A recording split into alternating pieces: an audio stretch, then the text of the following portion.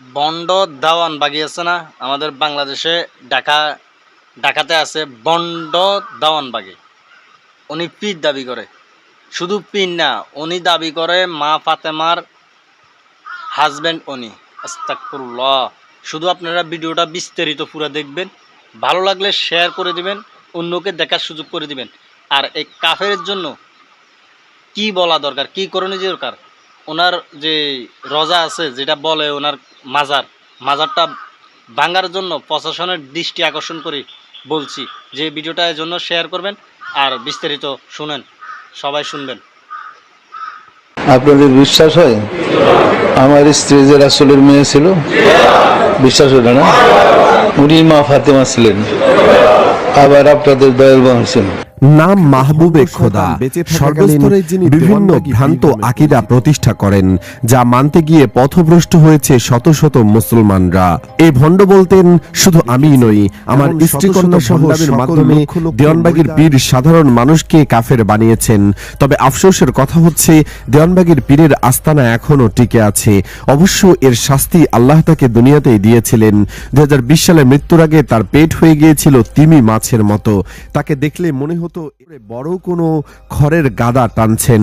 জনতার কথার আজকের ভিডিওতে আলোচনা করব এই নিকৃষ্ট পাপী শয়তানের সমস্ত ভণ্ডামি নিয়ে।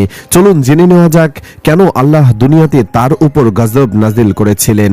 দেওয়ানবাগের ভণ্ডামির একটি উদাহরণ দেয়া যাক। ধরুন পরিবারের একজন হচ্ছে না, ঠিক তেমনি আমাদের কেবলা বাবাজান ইবাদত করে আমাদের আর করার দরকার কি? তিনি করলেই তো আমরা পাই। এই কথাগুলো দেওয়ানবাগী ভণ্ডপীর একজন মুরিদের কথা। গত সপ্তাহে জুমার নামাজের সময় এক মুরিদকে জিজ্ঞেস করা হলো, নামাজ পড়েন না কেন? তার উত্তরে ভণ্ডপীরের মুরিদ এ কথাগুলো বলেন। বেশি কিছু না বলে উপস্থাপন করব, যাতে করে মুসলমানরা তার ভণ্ডামি সম্পর্কে জানতে পারে, সচেতন হয় এবং তার সিলসিলাকে প্রতিহত করে।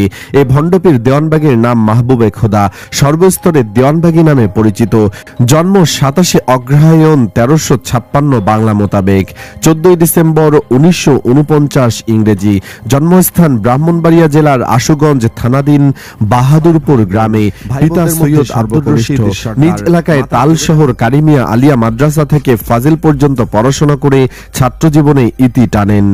1971 সালে দেওয়ানবাগী মুক্তিযুদ্ধে অংশগ্রহণ করেন।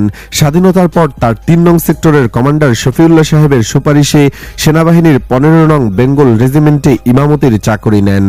ফরিদপুরের চন্দ্রপাড়া দরবারে প্রতিষ্ঠাতা আবুল ফজল সুলতান আহমদ চন্দ্রপীরের সাথে বাইয়াত গ্রহণ করেন। পরে স্বীয় মুর্শিদের কন্যা হামিদা বেগমকে বিয়ে করেন। এই সুবাদে শ্বশুরের কাছ থেকে খিলাফত লাভ করেন। এর কিছুদিন পর নারায়ণগঞ্জের দেওয়ানবাগ নামক স্থানে আস্তানা। এরপর তিনি মতিঝিলে বাবে রহমত নামে আরেকটি দরবার স্থাপন করেন, যেখান থেকে তার তত্ত্বাবধানে এবং নির্দেশে বাবে রহমত মুখপাত্র আবার বাণী সহ বেশ কয়েকটি মাসিক পত্রিকা ও গ্রন্থ প্রকাশিত হয়। বর্তমানে ফার্মগেট এলাকায় তার আস্তানা। এবার দেওয়ানবাগীর কিছু আকীদা ও উক্তি সম্পর্কে জেনে নেওয়া যাক। এই ভণ্ড বলতেন, আমার স্ত্রী হামিদা বেগম ও আমার কন্যা তাহমিনা এ খোদা স্বপ্নের মাধ্যমে আল্লাহকে দাড়ি গোফবিহীন যুবকের ন্যায় দেখতে পায়। শুধু আমি নই, আমার স্ত্রী কন্যা সহ লক্ষ লক্ষ মুরিদানও আল্লাহকে দেখেছেন। দেওয়ানবাগে আল্লাহ ও সমস্ত নবী রাসূল ফেরেশতারা মিছিল করে এবং আল্লাহ নিজে স্লোগান দেন, নাউযুবিল্লাহ, আমল বাতলে দিলাম। কয়েকদিন পর ওই বিধর্মী স্বপ্নযোগে মদিনায় গেল, নবীজির হাতে হাত মিলালো, নিজের সর্বাঙ্গে জিকির অনুভব করতে লাগলো। তারপর থেকে ওই বিধর্মী প্রত্যেক কাজে অন্তরে আল্লাহর নির্দেশ পেয়ে থাকে। মাসিক আবার বাণী 5ম বর্ষ 1ম সংখ্যায় এ ভণ্ড বলেন, কোন লোক যখন নফসের মাকামে গিয়ে পৌঁছে, তখন তার আর কোনো ইবাদত করা লাগে না। জিব্রাইল বলতে আর কেউ নন, স্বয়ং আল্লাহই জিব্রাইল। নাউযুবিল্লাহ। পবিত্র রমজান মাসকে অপমান করে দেওয়ানবাগী পীর বলেন, সূর্যোদয় পর্যন্ত সেহরি খাওয়ার সময়। সুবহে সাদেক অর্থ প্রভাতকাল। হুজুরেরা ঘুমানোর জন্য তাড়াতাড়ি আজান দিয়ে দেয়, আপনি কিন্তু খাওয়া বন্ধ করবেন না। আজান দিয়েছে নামাজের জন্য, খাবার বন্ধের জন্য আজান দেওয়া হয় না। চিন্তা করুন কত বড় ভণ্ড ছিল এই শয়তান। কিয়ামত দিবস এবং এই দিনের বিচার কার্যকে অপমান করে এ ভণ্ড আবার বলেন, মানুষের জন্ম থেকে মৃত্যু পর্যন্ত হায়াতে জিন্দেগিতে পুলসিরাত বলা হয়। আল্লাহ তাকে নিজের মাঝে না পাওয়া অবস্থায় মৃত্যু হলে সে বেঈমান হয়ে কবরে যাবে। তখন তার আত্মা এমন এক অবস্থায় আটকে পড়ে যে পুনরায় আল্লাহর সাথে মিলনের পথ খুঁজে পায় না, আর তার আত্মার জন্য কঠিন যন্ত্রণাদায়ক। আবার এইরূপ চিরস্থায়ী যন্ত্রণাদায়ক অবস্থাকে জাহান্নাম বা দোজখ বলা হয়। এভাবেই সে পাপ পুণ্যের পরিচয় দিত। দেওয়ানবাগী নিজেকে ইমাম মাহদি দাবি করেন, অতঃপর দরুদে মাহদি রচনা করেন।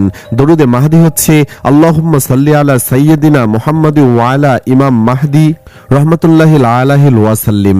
নাউযুবিল্লাহ। মহানবী হযরত মুহাম্মদ সাল্লাল্লাহু আলাইহি ওয়াসাল্লামকেও অপমান করতে ছাড়েননি এই ভণ্ড কুলাঙ্গার।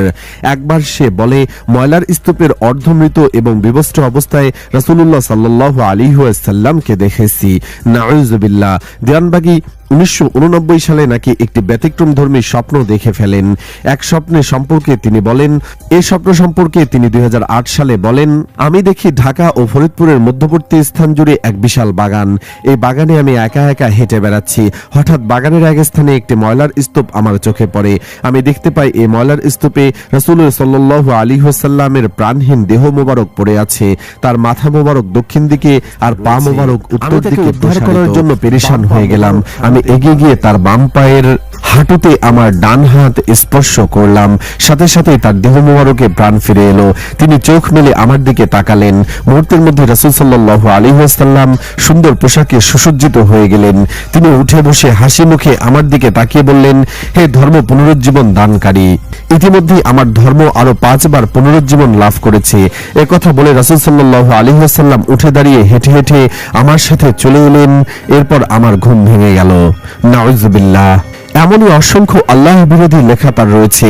দেওয়ানবাগী আরো দাবি করেন, দেওয়ানবাগী এবং তার মুরিদদের মাহফিলে স্বয়ং আল্লাহ, সমস্ত নবী রাসূল সাল্লাল্লাহু আলাইহি ওয়াসাল্লাম, ফেরেশতা, দেওয়ানবাগী ও তার মুর্শিদি চন্দ্রপাড়ার মৃত আবুল ফজল সহ ওলি আউলিয়ার এক বিশাল ময়দানে সমবেত হয়ে সর্বসম্মতিক্রমে দেওয়ানবাগীকে মুহাম্মদী ইসলামের প্রচারক হিসেবে নির্বাচিত করা হয়। এরপর আল্লাহ সবাইকে নিয়ে এক মিছিল বের করেন।